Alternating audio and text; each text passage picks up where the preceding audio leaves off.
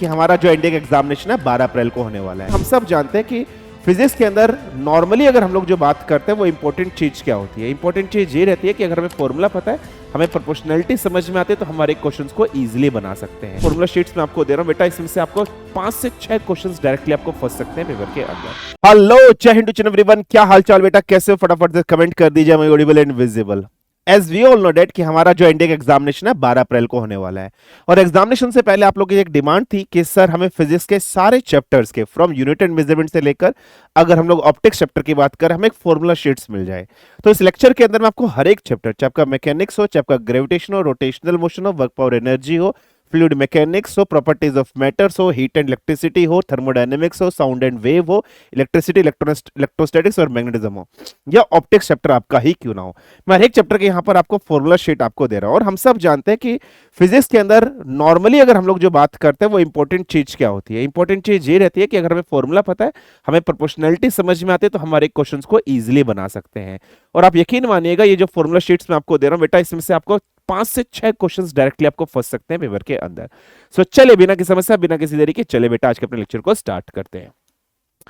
तो पहले ही मैंने कुछ आपके सामने कांस्टेंट यूनिट्स मैंने आपको दिए। कई बार ऐसा होता है बेटा क्वेश्चंस के अंदर, पेपर के अंदर कांस्टेंट्स वैल्यूज भी पूछ लेता है। वैल्यूज तो पूछता ही पूछता है, साथ में उनकी यूनिट्स पूछ लेता है। तो जितने भी कांस्टेंट्स मैंने आपके सामने दिए, जैसे ग्रेविटेशनल कांस्टेंट है, स्पीड ऑफ लाइट है, एवोगाड्रो नंबर्स है, फैराडे कांस्टेंट्स है, बोल्ट्जमैन कांस्टेंट से रिलेटेड है, molar volume of ideal gas है ना, जो मैंने आपको कंसंट्रेशन टर्म से पढ़ाया गया था, या ट्रिपल पॉइंट ऑफ वाटर के बारे में लोग बात कर रहे हैं। ये कुछ कांस्टेंट वैल्यूज हैं। तो वैल्यूज तो आपको पता होनी चाहिए, प्लस इन कांस्टेंट की जितनी भी रेस्पेक्टिव यूनिट्स है, प्लीज आप ये यूनिट्स भी रट्टा लगा लीजिएगा, कई बार क्वेश्चन फंस जाते हैं। अब हम आगे बढ़ते हैं बेटा। फर्स्ट चैप्टर अगर हम लोग बात करें मोशन इन 1D काइनेमेटिक्स या मैकेनिक्स की बात करें, उससे रिलेटेड कुछ फॉर्मूलेज हमारे सामने यहां पर एग्जिस्ट कर जाते हैं, कुछ चीजें हमारे यहां पर एग्जिस्ट, जैसे average velocity, relative average velocity का एवरेज वेलोसिटी में क्या होता है, total displacement upon total time होता है। और हम जनरली ये जानते हैं कि जैसे कि हमारा डिस्टेंस जो होता है वो greater than equal to displacement होता है, या फिर डिस्टेंस अपॉन डिस्प्लेसमेंट की अगर हम लोग बात करते हैं ग्रेटर देन इक्वल टू 1 होता है। जैसे एवरेज वेलोसिटी आपके सामने लिखा है, एवरेज स्पीड का फॉर्मूला आता है total distance upon total time. तो एक चीज आप याद रख लीजिएगा, ये जो एवरेज स्पीड होगी ना बेटा, this is also greater than average displacement. ये पॉइंट भी आप याद रख लेना, क्योंकि डिस्टेंस डिस्प्लेसमेंट से बड़ा और बराबर भी हो सकता है। तो सिमिलर वे में एवरेज स्पीड डिवाइडेड बाय अगर मैं एवरेज वेलोसिटी कर दूं, सॉरी यहां पर एवरेज वेलोसिटी आएगा, तो ये भी ग्रेटर देन इक्वल टू 1 की रेशियो बन जाएगी। ये कुछ फॉर्मूलेस हैं। अगर यही चीज में इंस्टेंटेनियस में निकालते हैं, इंस्टेंटेनियस में हम लोग डिफरेंशिएशन करते हैं किसी भी इंस्टेंट ऑफ टाइम पीरियड पे। मान लीजिए फॉर एग्जांपल आपको एक वेलोसिटी गिवन है 2x² + 3x, ऐसे आपको गिवन है, या x डिस्टेंस है, डिस्प्लेसमेंट है। आपसे कह रहा है कि इंस्टेंटेनियस एक्सेलरेशन निकाल लीजिए एट t = 1 सेकंड पर निकालिए। तो वेलोसिटी एक्सेलरेशन क्या होता है, dv/dt। तो डिफरेंशिएशन करोगे और जब डिफरेंशिएशन करने का जो x की वैल्यू होगी इस पर 1 पुट कर दोगे, ऐसे से। तो ये सिंपल से फॉर्मूला, इसमें क्वेश्चंस आपके बन सकते हैं, ये आपको याद रखना है। सिमिलर वे में एवरेज एक्सेलरेशन का फॉर्मूला भी मैंने यहां पर आपके सामने मेंशन कर रखा है, change in velocity upon change in time, vf - vt divided by initial, है ना। इंस्टेंटेनियस एक्सेलरेशन की वैल्यू भी डिफरेंशिएशन कर सकते हैं। देखो जो मैंने अभी आपके सामने था, ऐसे इंस्टेंटेनियस वेलोसिटी, मान लीजिए डिस्प्लेसमेंट आपको ऐसे गिवन था 2x² + 3x, ऐसे आपको मान लीजिए गिवन है। तो आपको वेलोसिटी निकालना है, dy/dx आप कर दोगे, और जो भी वैल्यूज टाइम पर दे रखी है वो आप मेंशन कर दोगे। जैसे इधर x = 1 पर दे रखा है, तो 1 पर आप निकाल लीजिएगा, ये आप समझ लीजिएगा। सिमिलर वे में कुछ मैंने आपके सामने ग्राफ्स मेंशन कर रखे हैं, कुछ ग्राफ्स की वैल्यूज है जो आप रट लीजिएगा डायरेक्टली। जैसे अगर क्वेश्चन आ गया uniformly accelerated motion along a straight line for acceleration not equal to 0 की बात कर रहे हैं। एक चीज मैंने आपको बताया था, जितना भी कनकेव अप ग्राफ होता है उसके लिए एक्सेलरेशन पॉजिटिव होती है, कनकेव डाउन के लिए एक्सेलरेशन की जनरल हम लोग बात करते हैं नेगेटिव होती है। अगर एक्सेलरेशन नेगेटिव है तो a इज लेस देन 0 हो जाएगा डाउन वाले के लिए, कनकेव डाउन। कनकेव अप जिसका मुंह ऊपर की तरफ होता है उसकी एक्सेलरेशन पॉजिटिव होती है, a ग्रेटर देन 0 एग्जिस्ट कर जाता है। ये सिर्फ डिस्प्लेसमेंट वर्सेस टाइम ग्राफ के अंदर होता है। अगर क्वाड्रेटिक पॉलिनोमियल हो, x कोई क्वाड्रेटिक पॉलिनोमियल है इन टर्म्स ऑफ t है, तो xt ग्राफ्स अगर a greater than 0, a less than 0, concave up concave down, ये मैं आपको बता चुका हूं। सिमिलर वे में v वर्सेस t के बीच में ग्राफ है, v = u + at। अब इनिशियल वेलोसिटी ऑब्जेक्ट की कुछ है, अगर है तो यहां से स्टार्ट होगा, और इनिशियल वेलोसिटी 0 होती तो यहां से स्टार्ट कर देते। ये तो नॉर्मली जब एक्सेलरेशन आपकी कैसी है, पॉजिटिव है। क्योंकि v वर्सेस t ग्राफ का जो स्लोप होता है वो एक्सेलरेशन देता है। अगर मान लीजिए स्लोप मेरी डाउनवर्ड हो, रिटार्डिंग हो थोड़ी सी, तो मेरे ग्राफ नीचे की तरफ आ जाएगा अगर a की वैल्यू नेगेटिव है रिटार्डिंग के लिए। तो कुछ वैल्यूज मैंने आपके सामने ग्राफ दिए। इसी तरीके से a वर्सेस t ग्राफ है, हॉरिजॉन्टल लाइंस हो गई, बिकॉज a कांस्टेंट होता है पॉजिटिव एक्सेलरेशन के लिए, नेगेटिव एक्सेलरेशन के लिए, समझ लीजिएगा। अगर हमारे पास डिस्प्लेसमेंट इसका डिफरेंशिएशन करेंगे तो वेलोसिटी मिल जाएगा, वेलोसिटी का डिफरेंशिएशन करेंगे एक्सेलरेशन मिल जाएगा। उल्टा भी जा सकते हैं, एक्सेलरेशन का अगर हम इंटीग्रेशन कर दे तो वेलोसिटी मिल जाएगा, इंटीग्रेशन कर दे वेलोसिटी का तो डिस्प्लेसमेंट मिल जाएगा। We all know this formula, है ना। जैसे for example velocity is equal to ds by dt होता है। अगर मैं यहां से ds is equal to v dot dt कर दूं तो डिस्प्लेसमेंट क्या हो जाएगा, इंटीग्रेशन v डॉट dt हो जाएगा या नहीं हो जाएगा। तो वही देखिए, वेलोसिटी का इंटीग्रेशन किया तो डिस्प्लेसमेंट मिल गया। ये सिंपल सा पॉइंट याद रख लेना, सिंपल सी चीज आपको समझनी है, फाइन है। चलिए भाई, अब कुछ फॉर्मुलेस, कुछ ग्राफ्स यहां पर मैंने बनाया, vt ग्राफ बनाया और st ग्राफ बनाया यूनिफॉर्म मोशंस के लिए। v वर्सेस t ग्राफ, है ना। st ग्राफ कैसा बनेगा, यूनिफॉर्मली एक्सेलरेशन मोशन के लिए, अगर u मेरा 0, t इज इक्वल टू 0 किसी भी टाइम पे, ऐसे ही u not equal to 0, t equal to 0। ये सब मैंने ग्राफ्स वाले क्वेश्चंस आपको क्लास के अंदर कराए हैं। ये s वर्सेस t के बीच में ग्राफ है ना।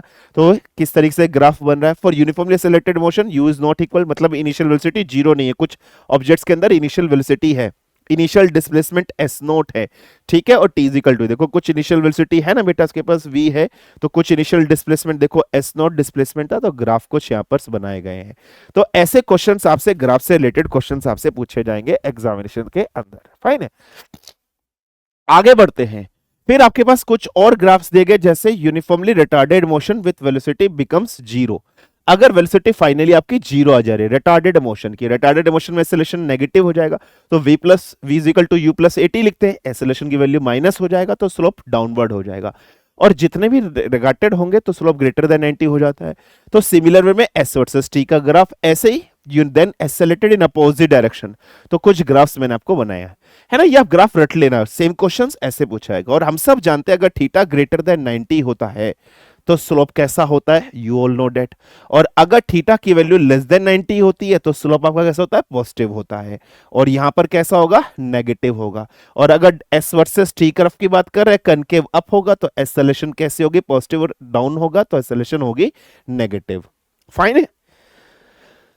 चलिए सॉरी माफ कीजिएगा, आगे बढ़ते हैं। कुछ इक्वेशन ऑफ मोशन से रिलेटेड फॉर्मूलाज हमारे सामने है। तीन इक्वेशन है, v बराबर u प्लस एटी, s बराबर ut plus half of a t square, v square minus u square is equal to 2s। और एक आते हैं distance travelled in second, s1 is equal to u plus a by 2 into 2n minus 1। ये equation और ये equation आप सबने पढ़ रखी है। अगर ये इक्वेशन भी आपने कर रखी है ना। अगर मान लो एक्सेलरेशन पॉजिटिव है तो ऐसा है ना, प्लस हाफ ऑफ एटी। अगर मेरी एक्सेलरेशन नेगेटिव हो जाए तो बस पॉजिटिव की जगह क्या आ जाएगा, माइनस आ जाएगा।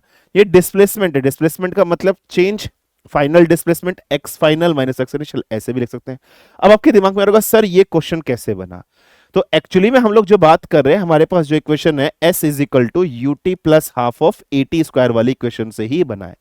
अब ये a है, अगर मैं यहां से a की वैल्यू निकालूं तो क्या हो जाएगा, v minus u divided by 2। ये मैं यहां पुट करता हूं, s is equal to u t plus 1 by 2 v minus u divide by t multiply by t square से एक t कैंसिल हो गया, है ना।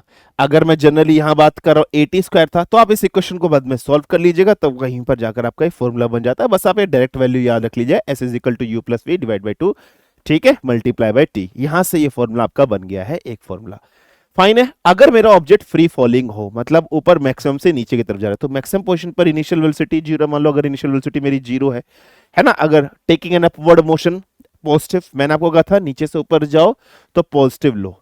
मैंने कहा था न्यूमेरिकल सॉल्व करने के, चाहे ऊपर से नीचे जाओ, नीचे से ऊपर जाओ, a की वैल्यू हमेशा माइनस जी कंसीडर करो। अगर नीचे से ऊपर की तरफ जा रहे हो तो डिस्प्लेसमेंट को पॉजिटिव कनेक्ट करो, और ऊपर से नीचे आ रहे हो तो डिस्प्लेसमेंट को नेगेटिव कंसीडर करो। अगर मेरा u 0 है तो इसके लिए v की वैल्यू क्या हो जाएगी, direct formula minus G T, s की वैल्यू ये हो जाएगी, है ना। सिमिलर वे में कुछ वैल्यूज आपके सामने है ना मेंशन करके, v स्क्वायर की वैल्यू क्या हो जाएगी, distance travelled in a second. तो ये कुछ फॉर्मुलेज है फ्री फॉलिंग बॉडीज, अगर u equal to 0 taking upward direction as positive, तो उसके लिए कुछ वैल्यूज, कुछ फॉर्मुलेज मैंने यहाँ पर आए, ये सब मैंने क्लास के अंदर प्रूफ भी कराए हैं, तो आप इन फॉर्मुलेज को डायरेक्टली याद भी रख सकते हो। अब हम लोग सिमिलर में बात कर रहे हैं मोशन अंडर ग्रेविटी के बारे में, यहाँ पर हम लोग बात कर रहे हैं कि कोई ऑब्जेक्ट अगर मोशन अंडर ग्रेविटी में हो। मैंने आपको सीधा कहा चाहे ऊपर जाओ चाहे नीचे जाओ, ए की वैल्यू को हमेशा माइनस जी कंसिडर करो, लेकिन नीचे से ऊपर की तरफ जा रहे हो, मोशन अपवर्ड हो तो डिस्प्लेसमेंट को पॉजिटिव, ऊपर से नीचे आओ तो डिस्प्लेसमेंट को negative. If a body is thrown vertically up with a velocity u in uniform gravitational field neglecting air resistance, मतलब फ्री फॉल की कंडीशंस में है, तो मैक्सिमम हाइट का फॉर्मूला ये प्रूफ किया था, ये आप रट लीजिएगा। Time of ascent and time of descent, मतलब अप और डाउन जाने का टाइम सेम रहता है, ये डायग्राम इसके लिए बनाया गया है। टोटल टाइम पीरियड की बात करते हैं तो टोटल टाइम पीरियड इतना हो जाता है। सिमिलर वे में कह रहा है बॉडी इज थ्रोन अपवर्ड, एक बॉडी है वो आपने ऊपर फेंकी है, एक बॉडी आपने डाउनवर्ड फेंकी है और एक बॉडी आपने हॉरिजॉन्टली फेंकी है, तीन बॉडीज आपने फेंकी है सेम स्पीड से, है ना। मान लीजिए v1 is equal to v2 is equal to v3 है, ठीक है, और respective time t1 t2 and t3 के अंदर आपने फेंकी है respectively to the ground. Then जो टाइम ऑफ रीच की हम लोग बात करेंगे, जो तीसरे का जो टाइम पीरियड होगा, पेपर में क्वेश्चन आता है बताइए कितना होगा, तो वो अंडर रूट ऑफ पहले और दूसरे का टाइम पीरियड हो जाएगा, ऐसा फॉर्मूला आ सकता है। And height from where the particle was thrown, question कई बार आता है हाइट बताइए कितनी है, तो आप ये याद रख लेना 1/2 जी t1 into t2, this is the height का फॉर्मूला, डायरेक्ट आप रट लेना, ठीक है। ये क्वेश्चन आ सकता है पेपर के अंदर। अब अगर हम लोग बात कर रहे हैं प्रोजेक्टाइल मोशंस की बात करें, प्रोजेक्टाइल मोशंस हमने कोई बॉडी फेंकी है, उसको दो component horizontal velocity vertical velocity, यहां पर थीटा एंगल है, तो इस तरफ you x you why you cos theta you sine theta, maximum point पर जब हम जाते हैं तो इस मैक्सिमम पॉइंट में सिर्फ हॉरिजॉन्टल वेलोसिटी होगी, वर्टिकल तो नहीं रहेगी, you cos theta, again body down जा रही है, ये मैक्सिमम हाइट है, ये टोटल डिस्टेंस रेंज जो उसका हो गया वो हो गया यहाँ पर, और टाइम ऑफ फ्लाइट यहाँ पर एग्जिस्ट कर जाता है टी जो होता है। उससे रिलेटेड कुछ फॉर्मूले हैं, हाईएस्ट पॉइंट पर v की वैल्यू 0 हो जाती है, वर्टिकल कंपोनेंट हॉरिजॉन्टल कंपोनेंट रहेगा, टाइम ऑफ फ्लाइट्स का फॉर्मूला हॉरिजॉन्टल रेंज का फॉर्मूला ये हो जाता है, और ये होता है, इसको ऐसे लिख सकते हैं, या अगर हॉरिजॉन्टल वर्टिकल वेलोसिटी टर्म्स में लिखें तो ऐसे लिखेंगे। पेपर में आपसे क्वेश्चन पूछा जाएगा, ये जो हॉरिजॉन्टल रेंज है, जो हॉरिजॉन्टल रेंज आर की बात करें, मैक्सिमम डिस्टेंस कब ट्रेवल करेगा, जब थीटा की वैल्यू 45 डिग्री होगी। मैक्सिमम हाइट का फॉर्मूला आपके सामने आता है, कई बार एच और टी के बीच में रिलेशन पूछा जाता है, वो सिंपल सा रिलेशन यहाँ पर एग्जिस्ट कर रखा है ना, हॉरिजॉन्टल मोशन। अब horizontal projectile projection for same height, मान लीजिए कोई एक बॉडी है एच हाइट से आपने ऊपर से नीचे से फेंकी है यू वेलोसिटी, तो रेंज ही है हॉरिजॉन्टल, तो टाइम ऑफ फ्लाइट का formula this would be the time of flight. Similar में हॉरिजॉन्टल रेंज का फॉर्मूला ये, एंगल ऑफ वेलोसिटी जिससे फेंका गया होगा, कुछ फॉर्मूलास यहाँ पर है। बाकी वर्टिकल मोशंस के लिए कुछ कंडीशंस कुछ इक्वेशंस है जो सब यहाँ पर मेंशन की गई हैं, ये आप याद रख लीजिएगा बेटा, फाइन है। चलिए आगे बढ़ते हैं। Now coming to the some points related to the spring constant, और इस स्लाइड में ना जाने मुझे ऐसा लग रहा है यहां से क्वेश्चन इस बार पक्का पूछा जाएगा। न्यूटन्स लॉज की बात कर रहे हैं, थर्ड लॉज की, to every action there is equal and opposite action. मान लीजिए किसी एक बॉडी पर एक फोर्स लग रही है बी के द्वारा, तो फोर्स एफ ए बी है, किसी बॉडी बी पर फोर्स लग रही है ए के द्वारा एफ बी है, दोनों force equal and opposite Newton's third law में, तो इस तरीके से रिप्रेजेंट करेंगे माइनस साइन लगाकर। हम सब जानते हैं सेकंड लॉ क्या है, rate of change of momentum is directly proportional to force, so D P upon D T directly proportional to force, और फोर्स मास इनटू एक्सेलरेशन होता है, एक्स एक्सिस वाई एक्सिस और जेड एक्सिस में हम divide कर सकते हैं। फिर एक वेइंग मशीन से रिलेटेड क्वेश्चंस कई बार आता है ना, कि जब हम लिफ्ट के अंदर बैठे हैं, जब हम अप जा रहे हैं, तो हमारा जो एपरेंट वेट होता है वो क्या हो जाता है बेटा, बढ़ जाता है अप के टाइम पीरियड पे, तो ये कब होगा, अप के टाइम, और डाउनवर्ड के टाइम पीरियड पे हमारा जो एपरेंट वेट हो जाता है वो घट जाता है डाउन के टाइम पीरियड पे। और मान लीजिए अगर लिफ्ट की रस्सी टूट गई, अगर मान लीजिए रॉप ब्रेक हो गई, रस्सी टूट गई, तो ये तो फ्री फॉल की कंडीशन ए बराबर 0 हो जाता है, और लिफ्ट अगर आपकी डाउनवर्ड जा रही हो तो एपरेंट वेट 0, वेटलेसनेस की कंडीशन आ जाती है। ये सिंपल सा कंसेप्ट है ना। उसके बाद मान लीजिए अगर हमारे पास कोई एक स्प्रिंग है इस तरीके से, तो इस स्प्रिंग को पकड़कर खींच रहे हैं, ये जा रहा है, लेकिन इस पर एक रिटार्डिंग फोर्स भी लगेगी, तो उसकी वैल्यू क्या होती है, माइनस ऑफ के एक्स, और के की यूनिट क्या हो जाएगी, न्यूटन पर मीटर होती है, ये हम सब जानते हैं। अब इतनी चीज तो क्लियर आ गई है। स्प्रिंग प्रॉपर्टी की अगर हम लोग बात कर रहे हैं, ये जो के होता है इसको स्प्रिंग कांस्टेंट भी कह देते हैं। स्प्रिंग कांस्टेंट और लेंथ से अगर आप मल्टीप्लाई करो, ये लेंथ है ना जिस लेंथ से आपने खींचा, ये हमेशा कांस्टेंट रहता है, ये नेचुरल लेंथ से जो हमेशा कांस्टेंट रहती है। अब एक क्वेश्चन मेरे सामने इस पर आ सकता है जो मुझे लग रहा है इंपॉर्टेंट है। कह रहा है एक स्प्रिंग है जिसकी इनफाइनाइट लेंथ एल है। मान लो भाई ये मेरे पास कोई एक स्प्रिंग है, इसकी जो लेंथ है वो एल है, एंड इसका स्प्रिंग कांस्टेंट मान लीजिए के है। कह रहा है it is cut into 2 pieces of length. मान लीजिए 2 पीस में लेंथ में कट कर लिया, इसकी लेंथ एक L1 हो गई और एक दूसरी लेंथ मान लीजिए बेटा L2 आपके सामने एग्जिस्ट कर गई है। दूसरा कह रहा है कि ये जो L1 है वो n टाइम्स ऑफ L2 है, तो कह रहा है the force constant on spring of length L1। मान लीजिए L1 लेंथ वाले का स्प्रिंग कांस्टेंट K1 मान लीजिए, L2 लेंथ वाले का स्प्रिंग कांस्टेंट K2 मान लीजिए। तो आपसे ये चीज यहां पर कह रहा है क्वेश्चन में, भैया वैल्यूज निकाल लीजिए। तो मैं आपको डायरेक्ट ड्राइव भी करके दिखाता हूं कैसे वैल्यूज आएगी, बट आप डायरेक्ट फॉर्मूले भी रट लेना, सॉल्यूशन रट लेना। अगर मैं L के बारे में बात कर रहा हूं, L is equal to L1 plus of L2 है, आपको L1 is equal to n of L2 given है, तो L2 की वैल्यू L1 अपॉन n हो जाएगी, तो L is equal to L1 plus L1 upon n हो जाएगा। यहां से आपने L is equal to n plus 1 into L1 है ना, और डिवाइडेड बाय n आ जाएगा या नहीं आ जाएगा। इतनी कंडीशंस में किसी को कोई प्रॉब्लम, कोई समस्या, कोई दिक्कत नहीं सर, यहां तक कोई भी प्रॉब्लम, कोई भी समस्या, कोई भी दिक्कत नहीं है। अब मान लीजिए स्प्रिंग कांस्टेंट एक का K1 है, दूसरे का K2 है, तो लेट आप ऐसे कर लो भैया, जो K2 की वैल्यू है वो n टाइम्स ऑफ K1 हो जाएगा या नहीं हो सकता है? बिल्कुल हो सकता है। तो अब आपको यहां पर सारी की सारी वैल्यूज कैलकुलेट करनी है। इंपॉर्टेंट पॉइंट समझना बेटा, जो यहां पर समझने की बात है, ये देखिए जो इंपॉर्टेंट पॉइंट्स मैंने आपके सामने यहां पर लिखे हैं। जब भी कोई स्प्रिंग है, एक्चुअली में ये दो स्प्रिंग जब मैंने इनको कट किया सीरीज में थे ना, तो जब भी आप सीरीज कॉम्बिनेशन ऑफ स्प्रिंग की बात करोगे तो टोटल इक्विवेलेंट स्प्रिंग कांस्टेंट के लिए formula 1 upon K equivalent is equal to 1 upon K1 plus 1 upon K2 हो जाएगा। जब आप इसको पैरेलली कट करो, अभी तो हमने इसको ऐसे काटा है, अगर आप ऐसे कट करो, ऐसे कट करो इसको, तो पैरेलली कट होगा, तो उस टाइम पे ये जो दो स्प्रिंग का इक्विवेलेंट स्प्रिंग कांस्टेंट आ जाएगा वो K1 plus K2 plus Kn exist कर जाएगा। यही इंपॉर्टेंट है, बट इस क्वेश्चन में हम लोगों ने ऐसे कट किया है ना, इसमें लिखा है spring constant it has been cut into 2 into 2 pieces of length, तो L1 L2 हो गए, ऐसे काटा है। अगर हम ऐसे काटते तो अलग बात होती, तो ऐसे काटा है मतलब सीरीज कॉम्बिनेशन में, तो मेरा टोटल इक्विवेलेंट जो स्प्रिंग कांस्टेंट है उसका फॉर्मूला क्या लगेगा, 1 upon K equivalent is equal to 1 upon K1 plus 1 upon K2 वाला लगेगा। K2 की वैल्यू मैंने NK1 मानी है, तो 1 अपॉन K इक्विवेलेंट की वैल्यू क्या हो जाएगी, 1 upon K1 plus 1 upon N of K1 हो जाएगा। यस और नो? आप इधर से एलसीएम लीजिए और सॉल्व कर लीजिए। जैसे यहां पर एलसीएम कितना आ जाएगा, NKL1 आ जाएगा या नहीं आ जाएगा? हाँ जी सर। तो 1 अपॉन K इक्विवेलेंट की अगर हम लोग बात कर रहे हैं, N ऑफ K1 यहां पर आ गया है, ऊपर चला गया N, यहां पर क्या आ गया, 1 आ गया। इतनी चीज में कोई प्रॉब्लम, कोई समस्या, कोई दिक्कत? तो मुझे K1 निकालना है, so K1 is equal to N plus 1 upon N, मतलब K इक्विवेलेंट की वैल्यू। इस तरीके से कुछ वैल्यूज आपके सामने आ जाएगी, आपको याद रखनी है। तो आई होप यहां तक चीज आपको क्लियर हो गई होंगी। तो सेम क्वेश्चन आ सकता है, पूछेगा कि what is the spring constant of length L1, तो L1 वाले का कितना हो गया, n plus 1 divide by n into K equivalent. K equivalent की वैल्यू कितनी गिवन थी, K गिवन थी, तो इसका मतलब K1 की वैल्यू क्या हो गई है, n plus 1 divided by n multiply by K। ये आप रट लीजिएगा। फाइन है बेटा, क्लियर है, कोई प्रॉब्लम, कोई समस्या, कोई दिक्कत? ऐसे ही देखो, मैंने यहां से L1 की वैल्यू आपको निकाली थी, L1 की वैल्यू आप यहां से देखिए क्या हो जाएगा, L1 is equal to NL divided by n plus 1, है ना? यस और नो? सिंपल सा पॉइंट है, आप कुछ वैल्यूज निकाल सकते हो। जैसे यहां पर तो क्वेश्चन में अगर गिवन है, हमने ऐसे कर लिया, ये तो सिंपल आ गया, यहां से L1 की वैल्यू क्या आ गई, NL अपॉन N प्लस 1 आ गया। और अगर मुझे L2 की वैल्यू निकालनी है, L2 is equal to L1 upon N कर दूंगा, यहां से L2 की भी आ जाएगी। एक क्वेश्चन तो इस फॉर्मेट में बन गया। अब एक क्वेश्चन और बन सकता है, वो आप यहां पर देखिए।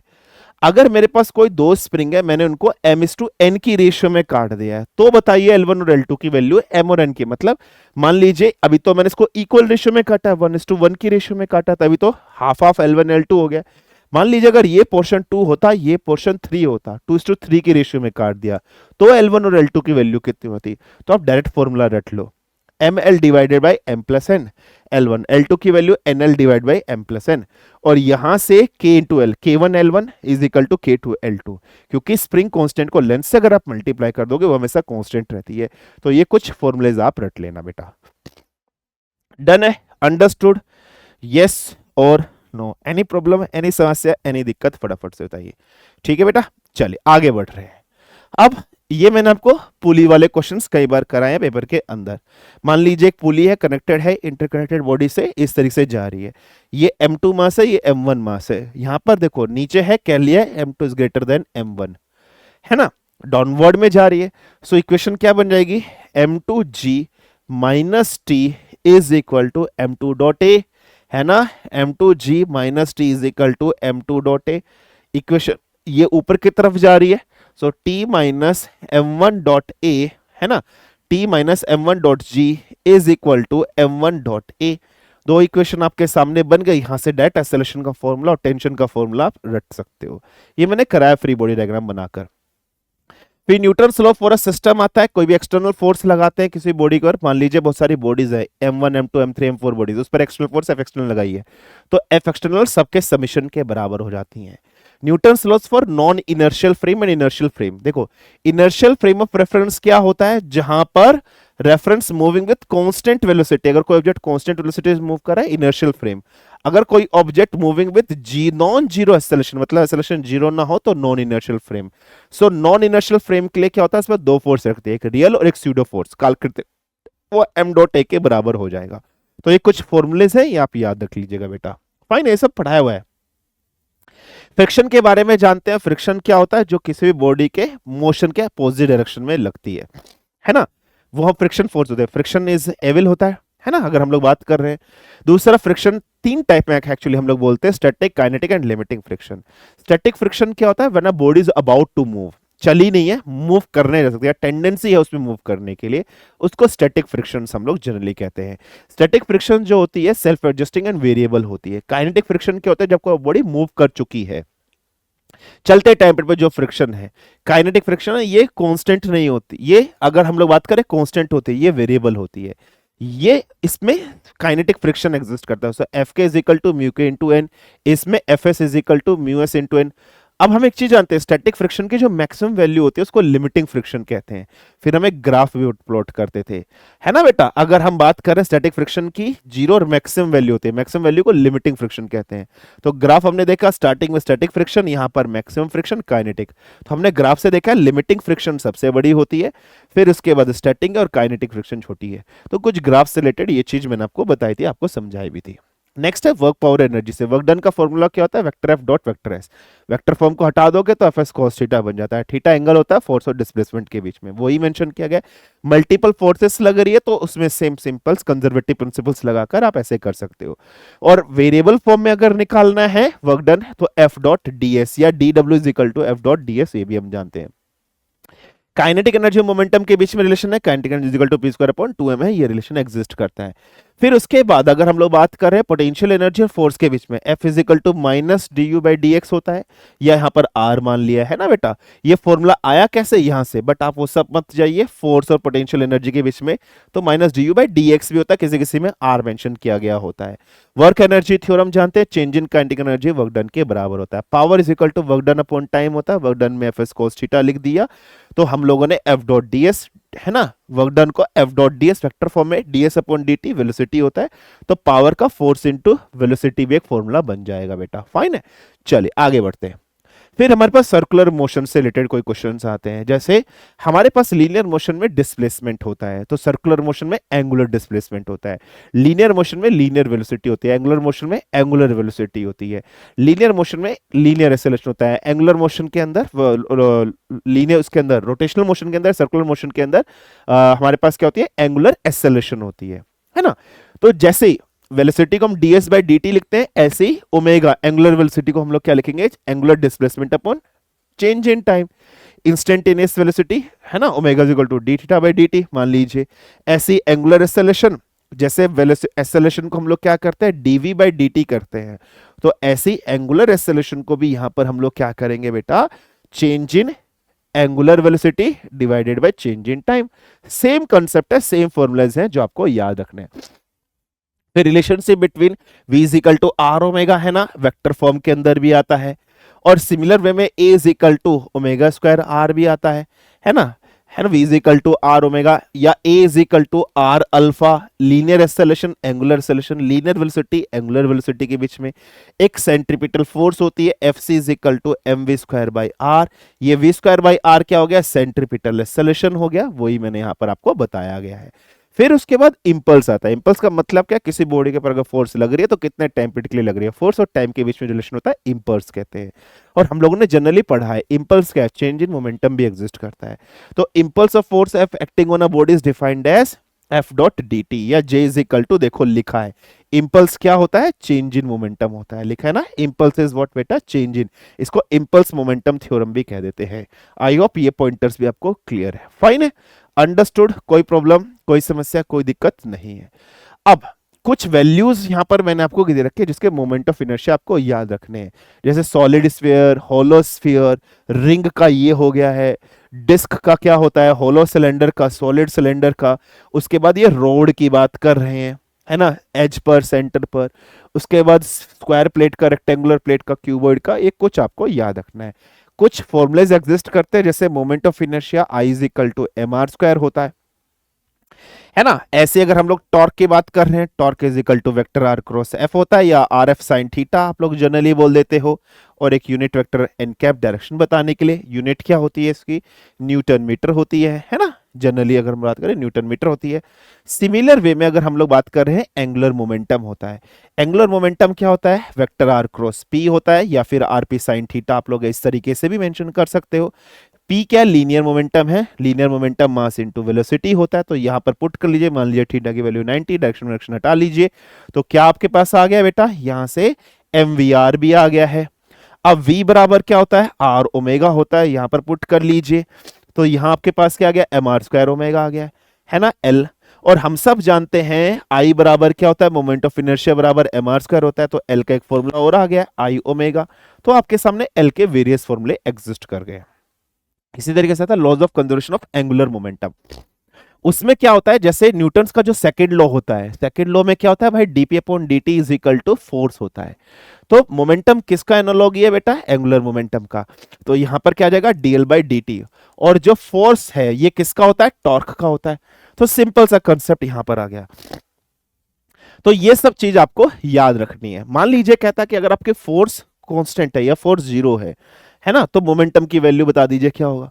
मान लीजिए कह रहा है किसी बॉडी पर नेट फोर्स जीरो लग रही है, तो चेन मोमेंटम क्या होगा, मोमेंटम कांस्टेंट हो जाएगा, क्योंकि कांस्टेंट का डिफरेंशिएशन ही जीरो होता है। अगर टॉर्क किसी बॉडी पर कांस्टेंट हो गई तो एंगुलर मोमेंटम कैसा हो जाएगा, मान लीजिए टॉर्क अगर जीरो हो गई है, किसी बॉडी पर टॉर्क जीरो हो गई है, तो एंगुलर मोमेंटम कांस्टेंट हो जाएगा ना, क्योंकि कांस्टेंट का डिफरेंशिएशन जीरो। सेम इधर अगर फोर्स जीरो हो गई है तो पी कैसा हो जाएगा, कांस्टेंट हो जाएगा। उसके बाद v बराबर आर ओमेगा एक फॉर्मूला है, इसके एप्लीकेशन बेस्ड है। मान लीजिए अगर आप अपने हाथ एक्सपेंड करते हो तो आर बढ़ने से ओमेगा घट जाता है, स्पीड घट जाती है। स्विमर, स्केटर्स, जिमनास्ट जो होते हैं अपने हैंड्स अगर क्लोज लाते हैं तो आर घट गया तो ओमेगा बढ़ गया। ऐसे ही जब प्लेनेट सन के नजदीक होते हैं, आर कम है तो ओमेगा की वैल्यू ज्यादा हो जाएगी। जैसे ही प्लेनेट सन से दूर होते हैं, आर बढ़ गया, ओमेगा की वैल्यू कम हो जाएगी। कुछ एप्लीकेशन बेस्ड होते हैं जो आप सब जानते हैं। आई होप इतने फॉर्मुलेज आपको क्लियर है यहां से। देन हम लोग बात कर लेते हैं सिंपल हार्मोनिक मोशन से रिलेटेड चैप्टर्स में जो क्वेश्चंस में फॉर्मुलेज आपके एग्जिस्ट करते हैं। सिंपल हार्मोनिक मोशंस मतलब एक समझ लीजिए पीरियोडिक मोशंस की तरह कह सकते हैं। जब कोई बॉडी किसी एक फिक्स्ड पॉइंट के around two and fro move करता है ना, उस तरीके से आप समझ लीजिएगा सिंपल हार्मोनिक। इसमें जो इक्वेशन होती है सिंपल हार्मोनिक मोशन की, x is equal to a sin omega t plus five exist कर लेते हैं। फाइव यहां पर फेज डिफरेंस है इनिशियल पोजीशन से related. Omega equal to 2 pi f होता है, तो omega equal to 2 pi by t formula. Time period of simple pendulum 2 pi by omega है ना। अगर किसी एक हमारे पास एक मान लीजिए स्प्रिंग है, इससे नीचे हमने मास m कनेक्ट कर दिया है, under root m by k हो गया, k स्प्रिंग कांस्टेंट हो गया है ना। ऐसे ही मान लीजिए देखो ये कनेक्टेड है, तो इसमें स्पीड का फॉर्मूला क्या आ जाएगा, omega under root A square minus X square, X change in displacement. Acceleration का फॉर्मूला क्या था, माइनस ओमेगा स्क्वायर एक्स होगा। काइनेटिक एनर्जी mv, v की वैल्यू यहां पर पुट कर लीजिए, तो काइनेटिक एनर्जी का फॉर्मूला डायरेक्ट ही आ जाएगा, half K square minus X square. Potential energy तो क्या हो जाएगा, हाफ के एक्स स्क्वायर। ये फॉर्मूलेज इंपॉर्टेंट है, प्लीज रट लीजिएगा। और total energy kinetic plus potential कर लीजिएगा। इस पर एक क्वेश्चन ऐसे भी बनता है ना, मान लीजिए एक बॉब है, ये इसकी इस तरीके से मूव कर रहा है, तो ये तो इसकी मीन पोजीशन हो गई, ये एक्सट्रीम पोजीशन हो गई है, ये एक्सट्रीम पोजीशन यहां पर हो गई है। तो एक्सट्रीम पोजीशंस पर वेलोसिटी जीरो हो जाती है, यहां पर भी वेलोसिटी जीरो। अगर वेलोसिटी जीरो तो काइनेटिक एनर्जी जीरो, और यहां पर सिर्फ और सिर्फ पोटेंशियल एनर्जी एग्जिस्ट करेंगे एक्सट्रीम पोजीशंस पर। लेकिन मीन पोजीशंस पर काइनेटिक एनर्जी एग्जिस्ट करेगी, पोटेंशियल एनर्जी एग्जिस्ट नहीं करेगी। ऐसे ग्राफ भी बनता है, अगर आपको याद हो, ऐसे करके ग्राफ बनाते थे। तो एक्सट्रीम पोजीशंस पर काइनेटिक एनर्जी जीरो है, तो ये काइनेटिक एनर्जी का है, और पोटेंशियल एनर्जी कैसी है, मैक्सिमम है, तो मान लीजिए पोटेंशियल एनर्जी। तो ऐसे ग्राफ भी एग्जिस्ट कई बार बन जाता है। फिर ये जो क्वेश्चंस मैंने आपको बता दिया ये यहां पर है ही। अब मान लीजिए हमारे पास यहाँ पर एक होता है म्यू। म्यू क्या होता है? मास पर यूनिट लेंथ, जिसको m अपॉन एल भी कर देते हैं हम लोग, यहाँ पर पुट कर लेते हैं। तो म्यू की टर्म्स में अगर फॉर्मूला बनाए तो 2 pi under root mu divide by K. Mu यहाँ मास पर यूनिट लेंथ होता है ना। तो जनरली आप इस तरीके से भी आप फॉर्मूले में भी डेरिवेट कर सकते हो। फाइन है, चलिए उसके बाद सीरीज कॉम्बिनेशंस, सेम स्प्रिंग में मैंने आपको बताया वही चीज। तो ये पैरेलल कॉम्बिनेशन में सिंपल पेंडुलम या फिर second time period of pendulum. Second time period pendulum क्या होता है? जिसका टाइम पीरियड 1 सेकंड एग्जिस्ट कर जाता है। 2 पाई आप लोग इस तरह से मेंशन कर सकते हो, वैल्यूज निकाल सकते हो। फिर उसके बाद मान लीजिए हमारे पास एक दो पॉइंट है, हमारे पास कोई एक रस्सी है, हमने इस तरह से कनेक्ट कर रखा है ना बेटा। अगर मान लो ये ज्यादा स्ट्रिंग्ड है, ज्यादा टेंशन बांध रखे, तो स्पीड ऑफ साउंड वाइब्रेशंस में ऐसे करूं वो भी ज्यादा होगी ना। अगर मैंने एक दो डंडे ऐसे ले रखे, इसमें रस्सी बांध रखी है, इसमें अगर टाइट बांध रखी है, टेंशन ज्यादा तो स्पीड उतनी ज्यादा होगी। लेकिन अगर मैंने इसको थोड़ा सा झुका दिया तो स्पीड कम होगी, है ना। और अगर रस्सी पतली है तो वो झुकेगी नहीं, नीचे की तरफ जाएगी। रस्सी भारी है तो झुक जाएगी। तो मास पर यूनिट लेंथ पर भी डिपेंड कर रही है स्पीड जो उसके अंदर साउंड की जो जा रही है या ट्रांसवर्स वेव्स की जो जा रही है, और वो टेंशन पर भी डिपेंड कर रही है। तो उसी के फॉर्मूले आ गया under root T upon mu. Mu यहाँ पर क्या है? मास पर unit length m upon L मान लीजिए इस तरह से। ये कुछ फॉर्मूलेज है, ये मैंने कराए हैं क्लास के अंदर, शौर्य बैच के अंदर भी कराए हैं और शक्ति बैच के अंदर भी कराए हैं। फाइन है बेटा। चलिए नेक्स्ट इलेक्ट्रोस्टैटिक्स चैप्टर जो हमारे पास आता है उससे रिलेटेड फॉर्मूले हैं। जैसे हमारे पास न्यूटन्स लॉज ऑफ ग्रेविटेशन आता है, उसी तरीके से कूलम्ब्स लॉ आता है। दो चार्ज पार्टिकल है, force 1/4 pi epsilon not Q1 Q2 upon, ये वेक्टर फॉर्म के अंदर है, नॉर्मल फॉर्म में r² हम लोग जनरली कर देते हैं, है ना। इलेक्ट्रिक फील्ड इंटेंसिटी की बात करें, F is equal to Q naught into E होता है ना, Q नॉट इंटू ई होता है। तो यहां से E की वैल्यू क्या हो गई है? F upon Q not. और ये जो इलेक्ट्रिक फील्ड होती है पॉजिटिव चार्ज से नेगेटिव चार्ज की तरफ हमेशा जाती है। फाइन है। फिर ऐसे इलेक्ट्रिक पोटेंशियल आता है। इलेक्ट्रिक पोटेंशियल क्या? किसी चार्ज पार्टिकल को किसी एक पर्टिकुलर पॉइंट से उठाकर किसी एक पॉइंट पर लेकर आए तो हमने कितना वर्क डन किया है, उसको electric potential. In moving a charge part from infinity to a point, तो वर्क डन फ्रॉम इन्फिनिटी, देखो इन्फिनिटी पी लिखा है ना, तो वो है, तो वही चीज फॉर्मूला एग्जिस्ट कर जाता है, energy density epsilon E square, है ना, हाफ एप्सिलॉन ई स्क्वायर। ऐसे अगर हम लोग बात कर रहे हैं रेजिस्टेंस टेम्परेचर डिपेंडेंट होता है, सो रेजिस्टेंस टेम्परेचर डिपेंडेंट क्या होता है? R naught into 1 plus alpha theta. Theta temperature change है, ये कोफिशिएंट ऑफ रेजिस्टिविटी हम लोग बोल देते हैं, अल्फा कोफिशिएंट ऑफ रेजिस्टिविटी होता है। इलेक्ट्रिक करंट रेजिस्टेंस में ओम्स लॉ जनरली हम लोग जानते हैं, V is equal to I R होता है, तो I की वैल्यू क्या हो गई है? V अपॉन आर हो गई है।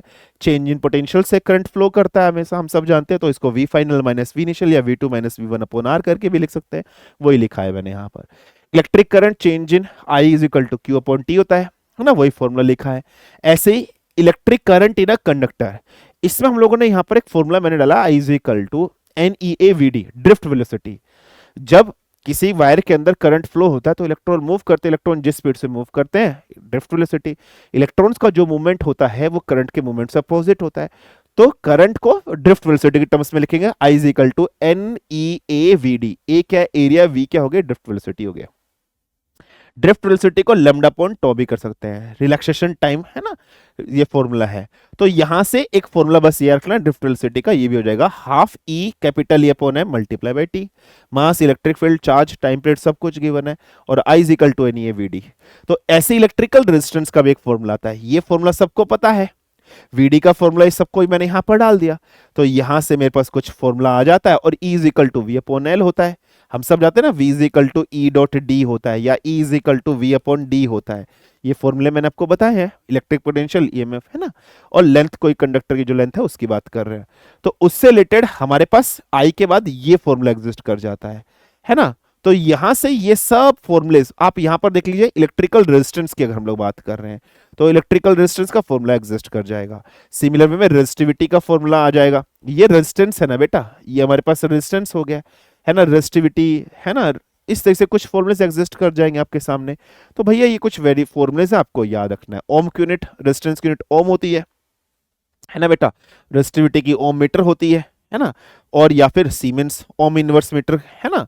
ये सब कुछ वैल्यूज है, मैंने आपको बताया। जैसे रेजिस्टेंस की यूनिट क्या होती है? ओम होती है। R is equal to rho L upon A होता है, तो रो की यूनिट क्या हो जाएगी? R multiply by A divided by L। तो एक लेंस L, तो ओम मीटर हो गया या नहीं हो गया? रेजिस्टिविटी, है ना। जनरली हम लोग बात कर रेजिस्टेंस, रेजिस्टिविटी। कंडक्टिविटी में क्या हो जाएगा? Ohm inverse metre inverse. ये जो ओम इनवर्स होता है इसको सीमेंस भी कह देते हैं, जनरली हम लोग सब जानते हैं। तो ओम इनवर्स है ना, जैसे कंडक्टिविटी में देखो ओम इनवर्स मीटर इनवर्स आ गया या नहीं आ गया, है ना। तो कंडक्टिविटी देखो सिग्मा की ये वैल्यूज है। तो ये सब कुछ फॉर्मूलेज है, सिंपल सिंपल से जो आप सब जानते हैं। चलिए भाई आगे बढ़ते हैं। पावर का फॉर्मूला वोल्टेज इंटू करंट होता है। अगर मान लीजिए कहीं पर गिवन है कि वोल्टेज मेरा कांस्टेंट सोर्स है, तो मुझे करंट को वोल्टेज में कन्वर्ट करना पड़ेगा, तो पावर का formula V square upon R रहेगा। अगर करंट कांस्टेंट है किसी में तो वोल्टेज को आई आर, तो फॉर्मूला हो जाएगा power is equal to I square R हो जाएगा। तो एक फॉर्मूला ये, एक फॉर्मूला ये पैरेलल का, ये सीरीज का। अब हीटिंग क्या होता है, Joule's law of heating VIT. अगर करंट सोर्स कांस्टेंट है तो क्या हो जाएगा आई स्क्वायर आर टी, अगर वोल्टेज सोर्स में तो V square upon R multiply by T हो जाएगा। समझ में आ गया। और कैलोरीज में कन्वर्ट करना है तो डिवाइड बाय 4.2 कर लीजिएगा। फिर उसके बाद किरचॉफ्स करंट लॉ। अच्छा इसमें क्वेश्चन और आता ना बेटा कि अगर मान लीजिए हमारे पास दो बल्ब है, इस तरीके से हमने कनेक्ट कर रखे हैं, दो बल्ब को पावर में लगाएंगे, इसकी पावर P1 है इसकी पावर P2 है, तो इक्विवेलेंट पावर क्या हो जाएगी, प्लस करेंगे। और अगर दो बल्ब सीरीज में ऐसे लगा रखे हैं, इसकी पावर P1 है इसकी पावर P2 है, तो इक्विवेलेंट पावर कैसी हो जाती है बेटा, 1/P1 प्लस 1/P2। अगर दो बल्ब हैं सीरीज में कनेक्टेड कर रखे हैं, एक की पावर रेटिंग 10 वोट की है और एक की पावर रेटिंग 5 वोट की है, तो पूछा था ना कौन ब्राइटर ग्लो करेगा, तो वो भी आपको मालूम है, कम वाला ज्यादा, सीरीज में पैरेलल में। ये क्वेश्चन भी एक बार पढ़ लेना, ठीक है, मैंने बताया आपको। ऐसे ही series combination, parallel combination, Kirchhoff current law, junction law भी बोल देते हैं इसको, है ना। Kirchhoff voltage law, loop law, ये किस पर काम करता है, laws of conservation of charges पे काम करता है। सीरीज में इक्विवेलेंट रेजिस्टेंस सारे ऐड कर देंगे, पैरेलल में 1/r कर देते हैं कॉम्बिनेशंस के साथ में। फिर इसके बाद व्हीटस्टोन ब्रिज बताया गया ना, अगर इस रेजिस्टेंस की रेशियो इन दोनों रेजिस्टेंस की रेशियो के बराबर है तो बीच वाला हट जाता है, तो P/Q is equal to R/S, ये जनरली है। फिर ईएमएफ इन सीरीज कनेक्शन में सिंपल से क्वेश्चंस मैंने आपको कराए। टोटल सीरीज में इक्विवेलेंट ईएमएफ क्या हो जाएगा, इसका प्लस इसका प्लस इसका हो जाएगा। इक्विवेलेंट रेजिस्टेंस इसका प्लस प्लस इसका प्लस इसका। ऐसे सेल्स अगर पैरेलल में रहती है, पैरेलल में वोल्टेज ईएमएफ सेम रहती है, तो सबके सेम हो जाएंगे ईएमएफ, यस और नो। टोटल ईएमएफ क्या हो जाएगा, ऊपर डिवाइडेड बाय टोटल रेजिस्टेंस, है ना बेटा, सिंपल सा। ऐसे ही वन इक्विवेलेंट रेजिस्टेंस का फॉर्मूला इसमें ऐसे एग्जिस्ट है। सीरीज में सिंपल सारे प्लस कर देते हैं, पैरेलल के अंदर 1/r1 plus 1/r2 plus 1/r3। ये सब फॉर्मूलेज हम लोग पढ़ चुके हैं, बस मैं आपको रिवीजन कर रहा हूं, आपको याद दिला रहा हूं, तो ये फॉर्मूलेज आपको याद रखने हैं। डन है इतनी चीजों में, क्लियरिटी, कोई प्रॉब्लम। फिर एमीटर से रिलेटेड, एमीटर का काम क्या होता है, करंट मेजर्ड करना। एमीटर का आइडियल रेजिस्टेंस क्या होता है, वी हम सब जानते हैं 0 होता है। गैल्वेनोमीटर से एमीटर बना सकते हैं, हाँ जी बना सकते हैं। तो जैसे पैरेलल में गैल्वेनोमीटर के शंट एक रेजिस्टेंस कनेक्ट कर दो तो ये पूरा एमीटर बन गया है। मान लीजिए एमीटर तो बन गया, अब इससे करंट आई जा रहा था, तो यहां पर एक करंट आई ए चला गया, तो नीचे कितना जाएगा, आई माइनस आई ए आ गया। इक्वेशन बनाइए, है ना। जनरली अगर हम लोग यहां बात कर रहे हैं, इसमें क्या हो जाएगा, voltage drop VC is equal to IC into RC, है ना, या IG इंटू RG हो जाएगा। और इसमें जो जा रहा है ऊपर और नीचे पैरेलल में वोल्टेज सेम, इधर की इसके बराबर है, तो यहां से S की वैल्यू निकाल लेंगे। सेंटर रेजिस्टेंस की वैल्यू पूछी जाती है कई बार, वो वैल्यूज आ गई है, तो ये सिंपल है इतना। ऐसे वोल्टमीटर की बात करें, वोल्टमीटर का काम क्या होता है, वोल्टेज मेजर्ड करने का होता है। इसका आइडियल रेजिस्टेंस कैसा होता है, इनफाइनाइट होता है। कैसे बना जाएगा, सीरीज में रेजिस्टेंस कनेक्ट करके। तो IG इसका RG रेजिस्टेंस, इसका RA आ गया, तो एक्चुअली टोटल वोल्टेज कैसे हो जाएगी, इसकी प्लस इसकी, तो VG इंटू RG, है ना, प्लस ये कैलकुलेट करके यहां से जो शंट रेजिस्टेंस RS जो हमने डाला है उसकी वैल्यूज यहां से निकाल ली गई है। तो ये कुछ फॉर्मूलेज हैं जो आपको याद रखने हैं बेटा, सिंपल कंसेप्ट, क्लियर। चलिए आगे बढ़ रहे हैं। अब आगे बढ़ रहे हैं कैपेसिटर से रिलेटेड। कैपेसिटर का काम क्या होता है, इलेक्ट्रिक चार्जेस को स्टोर करना, फैराडेस की यूनिट होती है। तो C is equal to Q/V formula, charge upon voltage, है ना। रिप्रेजेंटेशन कैपेसिटर की ऐसे भी होती है और ऐसे भी होती है। एनर्जी स्टोर्ड कैपेसिटर के अंदर हाफ CV² भी होती है, Q²/2C भी होती है, QV/2 भी होती है। एनर्जी डेंसिटी का जैसे एप्सिलॉन E² लिखा था, एप्सिलॉन को εr कर सकते हैं, तो उसके टर्म्स में भी लिख सकते हैं।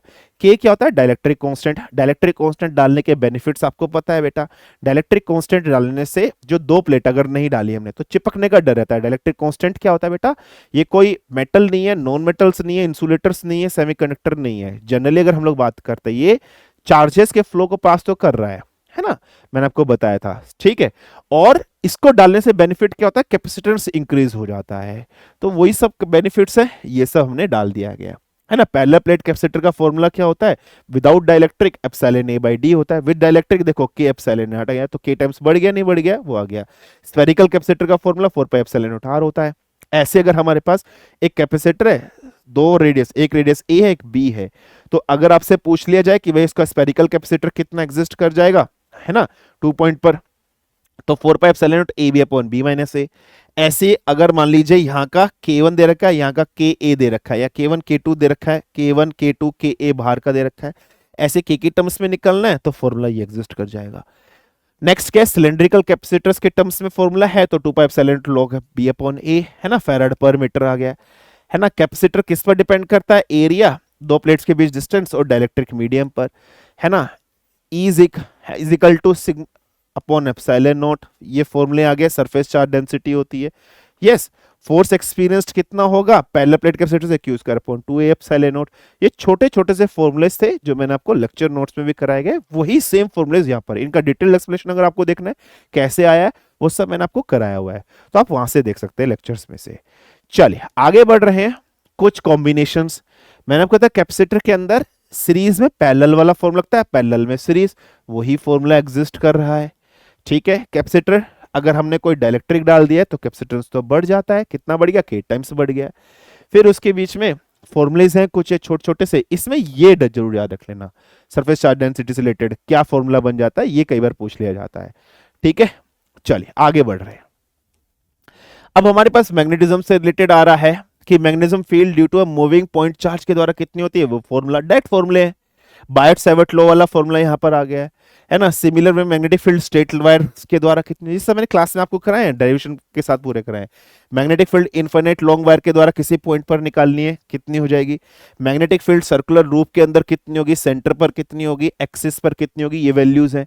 मैग्नेटिक फील्ड सोलेनॉइड के अंदर कितनी होती है, वो वैल्यूज भी याद रखना। हाउएवर सोलेनॉइड के inside uniform magnetic field, but होती कितनी है वो वैल्यूज ये रही। एम्पियर सर्किटल लॉ का फॉर्मूला बताया, लॉन्ग सिलेंडर के अंदर कितनी होगी, है ना, मतलब R लेस देन कैपिटल मतलब अंदर की तरफ, और अगर R greater than capital R इससे बाहर की तरफ। Magnetic force acting on a moving charge particle, एक चार्ज पार्टिकल है अगर वो मैग्नेटिक फील्ड के अंदर रखा है तो उस पर एक फोर्स भी लगेगी और वो चार्ज पार्टिकल किसी v वेलोसिटी से मूव करेगा, तो फिजिकल टू qv भी एग्जिस्ट कर जाती है। और ये जो है ना, वेलोसिटी और ये, इन दोनों के बीच में फॉर्मुलेज एग्जिस्ट करते हैं, उस पर टॉर्क कितनी एग्जिस्ट करेगी अगर चार्ज पार्टिकल मूव कर रहा है, वो है। ये छोटे छोटे से फॉर्मुलेज। फिर इसमें एक लॉरेंज फोर्स वाला भी आता है, तो अगर हम लोग लॉरेंज फोर्स की बात कर रहे हैं तो लॉरेंज फोर्स के अंदर इलेक्ट्रोस्टैटिक्स फोर्स भी होती है और मैग्नेटिज्म फोर्स भी, क्योंकि एक चार्ज पार्टिकल इलेक्ट्रिक फील्ड के अंदर भी रखा है और मैग्नेटिक फील्ड के अंदर भी रखा है, तो कैसे मूव करेगा। तो इलेक्ट्रिक फील्ड के अंदर क्या आ जाएगा, Q नॉट E, और मैग्नेटिक फील्ड के अंदर क्या आ जाएगा, QVB आ जाएगा, है ना, साइन थीटा। तो दोनों को प्लस कर लीजिएगा, लॉरेंज फोर्स एग्जिस्ट कर जाता है। ये कुछ फॉर्मुलेज थे बेटा। नेक्स्ट हम लोग बात कर रहे हैं मैग्नेटिक फोर्स कोई भी करंट कैरिंग कंडक्टर के अंदर। जैसे मान लीजिए कोई भी एक करंट कैरिंग कंडक्टर है जिसकी लेंथ L है, वो किसी मैग्नेटिक फील्ड के अंदर रखा है, उस पर फोर्स एग्जिस्ट कर रही है, तो BIL साइन थीटा एग्जिस्ट करती है, वो आ गया। फिर मैग्नेटिक मोमेंट की बात करें, इसको डाइपोल मोमेंट भी कहते हैं, NIA होता है इसका फॉर्मूला। और इसका एक फॉर्मूला और होता है मैग्नेटिक डाइपोल मोमेंट का, पोल स्ट्रेंथ, है ना, मल्टीप्लाई बाय डाइपोल लेंथ के बीच का। और ये जो मैग्नेटिक डाइपोल मोमेंट होता है इसका डायरेक्शन कहां से कहां तो होता है बेटा, तो अगर जनरली हम लोग बात कर रहे हैं साउथ पोल से नॉर्थ पोल, ऐसे इलेक्ट्रिक डाइपोल मोमेंट होता है उसमें नेगेटिव चार्ज से पॉजिटिव चार्ज की तरफ एग्जिस्ट करता है। और टॉर्क का एक फॉर्मूला होता है MB साइन थीटा और बीना BINA साइन थीटा। याद आ रहा है, एक तो हो गया MB साइन थीटा और एक टॉर्क का फॉर्मूला हो गया है BINA साइन थीटा। जब हम दोनों को कंपेयर करते हैं, साइन थीटा कैंसिल, B से B कैंसिल हो जाता है। और अगर n की वैल्यू 1 आ गई है तो आप देख रहे हो यहां m की वैल्यू क्या बनी, NIA उसी से बना। और मैग्नेटिक डाइपोल मोमेंट की यूनिट क्या होती है, एम्पियर मीटर स्क्वायर, है ना, एम्पियर मीटर स्क्वायर फॉर्मूला आ गया है। मैग्नेटिक फील्ड सिंगल पोल के द्वारा कितनी है, इतनी है। एक्सिस ऑफ ए मैग्नेट पर, इक्वेटोरियल एक्सिस पर मैग्नेट पर, ये बताए हैं। किसी पॉइंट पी पर अगर हम लोग बात कर रहे हैं, ऐसे रखा है मैग्नेट, किसी पॉइंट पी पर बीच में से निकाला है, तो ये कुछ फॉर्मुलेज आपको याद रखने हैं। हाउएवर इस वाले फॉर्मूले को आप स्किप कर सकते हो, ये इतना इंपॉर्टेंट नहीं है। फिर इलेक्ट्रोमैग्नेटिज्म आता है हमारे पास, मैग्नेटिक फ्लक्स।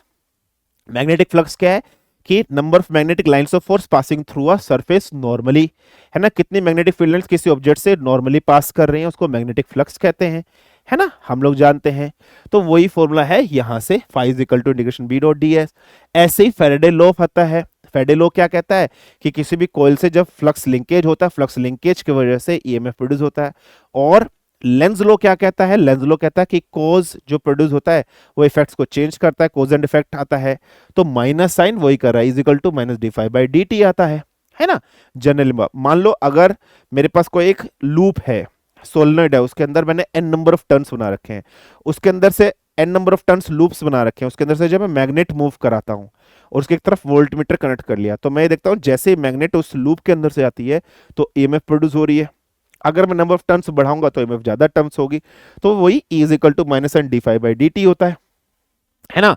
तो जनरली हम लोग यहां से इसको म्यूचुअल इंडक्टेंस Li की टर्म्स में भी लिख सकते हैं। तो कुछ फॉर्मुलेज यहां पर किए गए हैं, ये आप याद रख लेना, है ना। तो ये सब फैराडेज लॉस के फॉर्मूले हैं। सेल्फ इंडक्टेंस किसी भी सोलेनॉइड के अंदर, ये फॉर्मूला आपको याद रखने हैं। अगर मेरे पास दो कॉइल्स है, दोनों को म्यूचुअली कपल्ड कर दिया है ना, उनका म्यूचुअल इंडक्टेंस हमेशा याद रखना लेस देन इक्वल टू ये होगा, या एम की वैल्यू ये होगी, case called as coupling constant.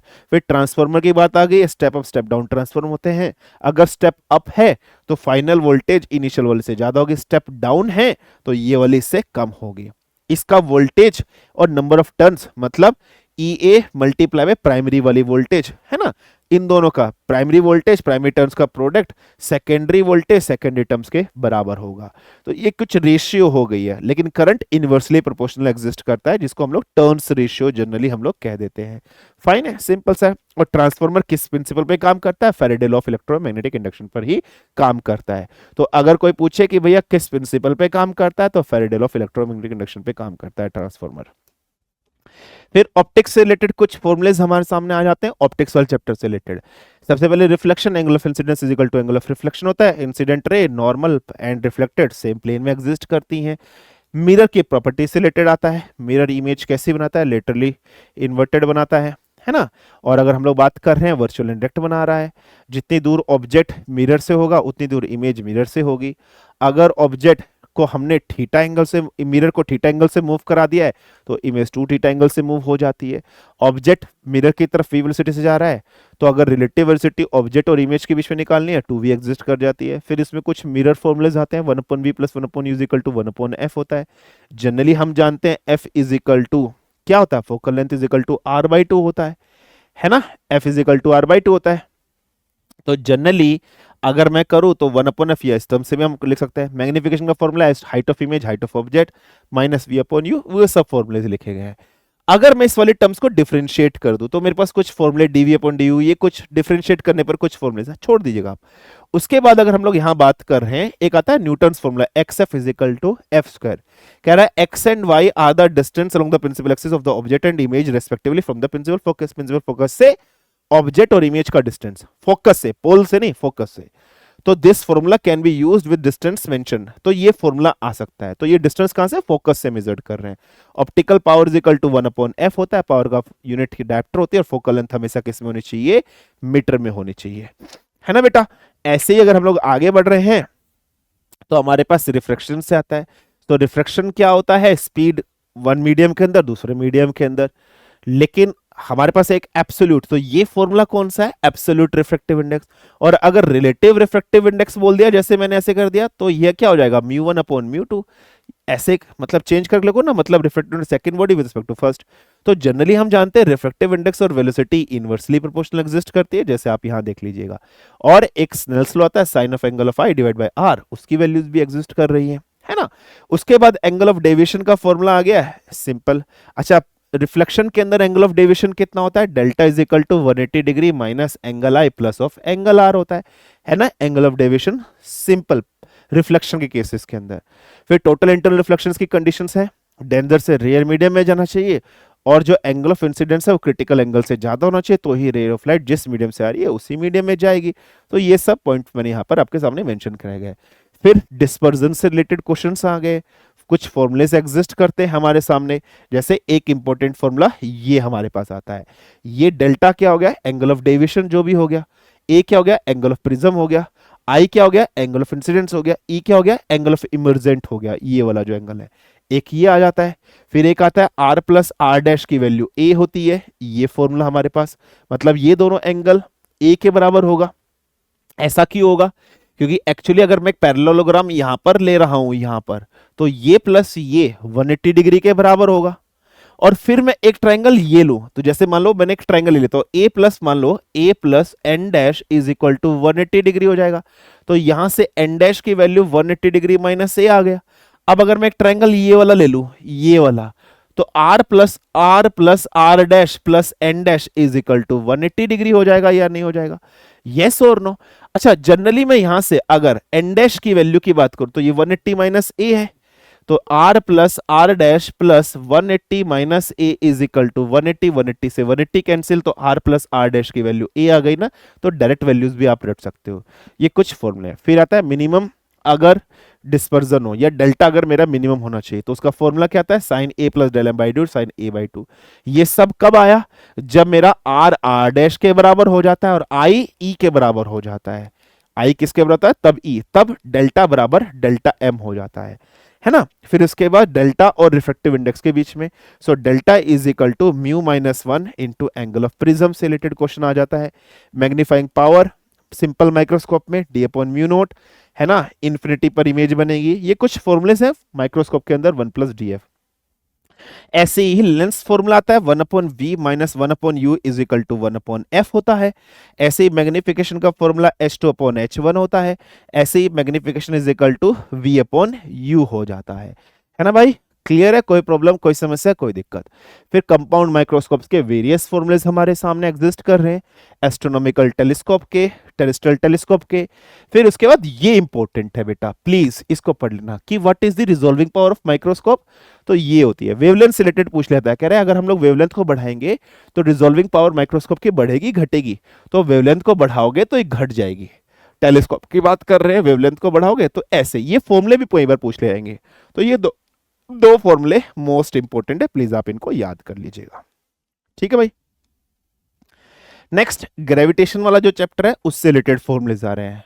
Universal laws of gravitation का फॉर्मूला है वैल्यूज कांस्टेंट, है ना। Electric field is equal to F by M होता है, उसका फॉर्मूला है। ग्रेविटेशनल पोटेंशियल का है G capital M divide by R, और is equal to minus D V upon D R भी होता है ना। We all know that. ये इलेक्ट्रोस्टैटिक चैप्टर से कंपेयर करके हमने भी बनाया, वहां पर भी आता है फॉर्मूला, है ना। इफेक्ट्स ऑफ ग्रेविटी की बात कर रहे हैं, हाइट बढ़ेगी तो जी की वैल्यू घटेगी, डेप्थ बढ़ेगी तो जी की वैल्यू घटेगी। तो हाइट के लिए फॉर्मूला क्या होता है? G H is equal to G into 1 minus 2h upon are E. और डेप्थ के केस में क्या होता है? G into 1 minus D upon are E. एक ऐसा पॉइंट जहां पर ऊपर जाने पर नीचे जाने पर ग्रेविटी बराबर हो जाती है, वो क्या है? 2h is equal to ji. Centre of earth पर जी की वैल्यू क्या हो जाएगी? 0 हो जाती है। ये कुछ फॉर्मूलेज हैं जो आपको याद रखने हैं। पोल्स पर मैक्सिमम, इक्वेटर पर 0। अच्छा, एक रोटेशन के साथ भी होता है ना, कि अगर ओमेगा हमारा बढ़ जाता है ना, R omega square cos square lambda, है ना, जैसे G lambda is equal to G minus R omega square cos square lambda, याद आ रहा है? इससे रिलेटेड भी हमारे पास फॉर्मूला आता है, ओमेगा बढ़ने से भी जी की वैल्यू घट रही है। ये कुछ फॉर्मूलेज हैं। फिर उसके बाद ऑर्बिटल वेलोसिटी का फॉर्मूला हमारे पास है ना, ये फॉर्मूलेज है। यहाँ से एस्केप वेलोसिटी का फॉर्मूला है अंडर रूट 2GRE। और जो एक्सेलरेशन ड्यू टू ग्रेविटी होता है small g equal to capital g m upon are e का होल स्क्वायर होता है ना। तो ये वैल्यूज पुट करके टाइम पीरियड ऑफ सैटेलाइट का फॉर्मूला आ गया, ऑर्बिटल वेलोसिटी का फॉर्मूला आ गया। Escape velocity 11.2 kilometre per second होती है। Relation between orbital and escape velocity, escape is equal to root 2 times of v nought होती है। ये कुछ फॉर्मूला है। एनर्जी सैटेलाइट की कितनी होती है, काइनेटिक एनर्जी, टोटल एनर्जी कितनी होती है, ये कुछ फॉर्मूलेज मैंने यहाँ पर मेंशन किए। छोटे छोटे से फॉर्मूलेज हैं, आप सब जानते हैं। इसमें फिर कैपलर्स का लॉ भी आता है, t square is directly proportional to r cube. तीसरे लॉ की बात कर रहे हैं, है ना। फाइन है, अंडरस्टूड है। चलिए now coming to the fluid mechanics वाले चैप्टर से रिलेटेड, है ना। Pressure is equal to force upon area होता है। तो सिंपल ये वैल्यूज, प्रेशर का एक फॉर्मूला और होता है, रो जी एच होता है। हाइड्रोस्टैटिक्स पैराडॉक्स क्या होता है कि जो प्रेशर होता है कंटेनर के शेप एंड साइज पे डिपेंड नहीं करता, हाइट पर। तो किसी पॉइंट पर भी प्रेशर कंटेनर के अंदर बराबर होता है, यूनिफॉर्मली डिस्ट्रीब्यूटेड होता है। पास्कल लॉ भी यही कहता है, तो वही एग्जिस्ट है है ना। फाइन है। उसके बाद अगर हमारे पास कोई लिक्विड, हमने उसको लिफ्ट में प्लेस कर दिया है, तो उसके ऊपर बायोंट फोर्स पर क्या इंपैक्ट पड़ेगा? बायोंट फोर्स को एपरेंट वेट की तरफ चले, जब ऊपर जाता है तो वेट बढ़ता है ना, तो बस नॉर्मल जो फोर्स थी उसको बी कर दीजिए, ये हो गया। प्रेशर उस पर कैसा आएगा? वो भी इंक्रीज हो जाएगा। डाउन वाले केस में डाउन हो जाएगा। फाइन है। उसके बाद इलास्टिसिटी एंड वेलोसिटी विस्कोसिटी से रिलेटेड क्वेश्चन है। Stress is equal to force upon area होता है ना। Strain change in configuration, original configuration, longitudinal strain, volumetric strain, shear strain, Young modulus, है ना, स्ट्रेस अपॉन स्ट्रेन, है ना, स्ट्रेस अपॉन स्ट्रेन। मॉडुलस जो होते हैं तीन होते हैं ना, स्ट्रेस अपॉन, ये सॉलिड के लिए होता है young modulus, bulk modulus liquid gases के लिए होता है ना। पोटेंशियल एनर्जी किसी भी पर यूनिट वॉल्यूम के अंदर क्या होती है, half stress multiply by strain, है ना। इंटरएटॉमिक फोर्सेस का फॉर्मूला ये रहा। फिर इक्वेशन ऑफ कंटिन्यूटी होती है, इधर का प्रेशर बराबर होगा एरिया इनटू वॉल्यूम वेलोसिटी, है ना। Generally a v constant, Bernoulli's theorem, है ना। Kinetic energy per unit volume, potential energy per unit volume, total energy constant रहती है। साथ ही साथ pressure is inversely proportional to velocity. फिर न्यूटन्स लॉज ऑफ विस्कोसिटी से रिलेटेड आ गया, F is equal to minus eta dv by dx होता है। फिर स्टोक्स थ्योरम फॉर्मूला याद रखना है। टर्मिनल वेलोसिटी कितनी होती है, ये होगी सरफेस टेंशन फोर्स पर यूनिट लेंथ पर लगने वाली, है ना। हम सब जानते हैं वर्क डन क्या होता है, फोर्स इनटू डिस्प्लेसमेंट, तो फोर्स की वैल्यू क्या होगी, वर्क डन अपॉन डिस्प्लेसमेंट। तो ऊपर W अपॉन डी कर दिया, तो ये D नीचे चला गया, D लेंथ है, ये भी लेंथ है, मीटर स्क्वायर हो गया, मतलब एरिया, तो फॉर्मूला ये भी आ गया। फिर सरफेस टेंशन, कोई भी एक बबल है उसके अंदर कितनी होगी, इनसाइड अ ड्रॉप कितनी होगी, inside air bubble of a liquid, मतलब हालांकि ये फॉर्मूला आप स्किप कर सकते हो, इतना जरूरत नहीं है, बट ये जरूर पढ़ लेना, ये चौथे वाला फॉर्मूला वेरी इंपॉर्टेंट है। Any issue, any problem, any समस्या, एनी दिक्कत फटाफट से मुझे बताइए, ठीक है। तो कैपिलरिटी का फॉर्मूला क्या होता है, 2t cos theta upon rho g r. अच्छा, अगर हम सब जानते हैं d क्या होता है भाई, ट्वाइस ऑफ r होता है, या r की वैल्यू क्या हो गई यहां पर d/2 हो गया। अगर मैं इसको r को डायमीटर के टर्म्स में, यहां पर रेडियस है, तो h इज इक्वल टू क्या हो जाएगा, ये ऊपर चलेगा 4t cos थीटा अपॉन रो, है ना। ये रो मतलब डेंसिटी, g इंटू डी हो जाएगा, एक फॉर्मूला ये भी आ जाएगा, ठीक है बेटा। चलिए नेक्स्ट, आगे साउंड एंड वेव से रिलेटेड फॉर्मूलेज हमारे सामने हैं। साउंड एंड रिलेट की अगर कोई वेव है, उसने डिस्प्लेसमेंट ट्रेवल किया, उसकी इक्वेशन ये आती है ना। प्रेशर एक्सर्टेड, ये सब वेव्स बात कर रहे हैं, दो टाइप की होती है, mechanical, non mechanical. Mechanical wave जिसको ट्रेवल करने के लिए मीडियम की रिक्वायरमेंट है, नॉन मैकेनिकल नहीं है।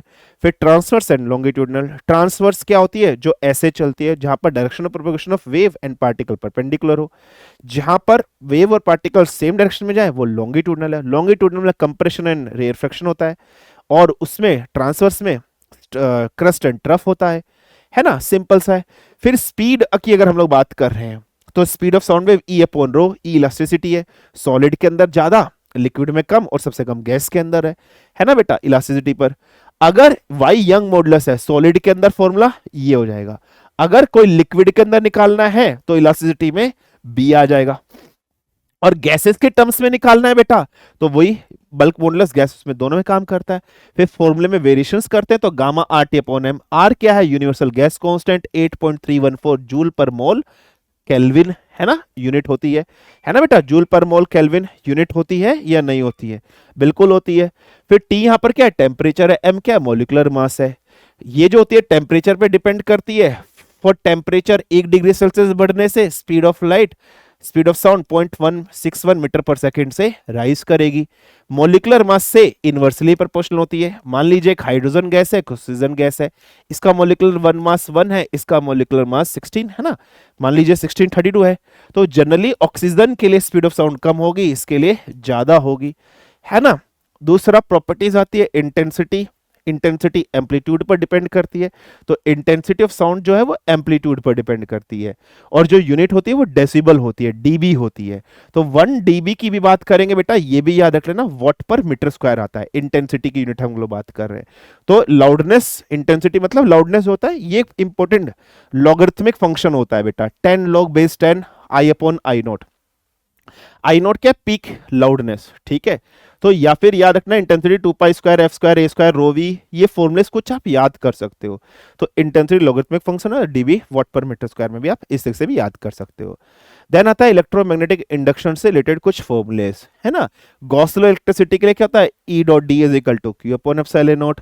मैग्नेटिज्म में क्या होता है, b dot e. Faraday law की बात कर रहे हैं, एम्पियर सर्किट लॉ की बात कर रहे हैं, है ना। ये कुछ वैल्यूज हैं, ये वाली आप हटा सकते हो, ये सब नहीं चाहिए। बाकी ये यूजेस बहुत इंपॉर्टेंट है। लाइट वेव की देखो ये सब मैं आपको लिखा चुका हूं। जब ऊपर से आप नीचे चलोगे तो वेवलेंथ इंक्रीज होती है, जब ऊपर से नीचे चलोगे तो फ्रीक्वेंसी डिक्रीज होती है। और एक फॉर्मूला होता है C बराबर लैम्डा डॉट एफ। इतने सारे फॉर्मूलेज मैंने आपको कवर करा दिए हैं, आप ये सब फॉर्मूलेज पढ़ लीजिएगा, आपका कंसेप्ट क्लियर हो जाएगा। मैंने ज़्यादा लंबी वीडियो खींची नहीं है, ज़्यादा डिटेल में आपको एक्सप्लेन नहीं किया, कंसेप्ट पर समझाने की कोशिश की है। This is been all from my side for the today's class. बेटा खूब जी लगा कर मेहनत करेगा, थोड़ा वीडियो आने में लेट हो गया, actually I have a problem in my eyes, still on I have recorded the video for you guys. Best of luck, अच्छे से पढ़ लीजिएगा सारी वीडियो को। इसकी जो पीडीएफ है मैं अपने टेलीग्राम चैनल पर भी पोस्ट कर रहा हूँ। Thank you very much. जय हिंद, जय भारत, धन्यवाद।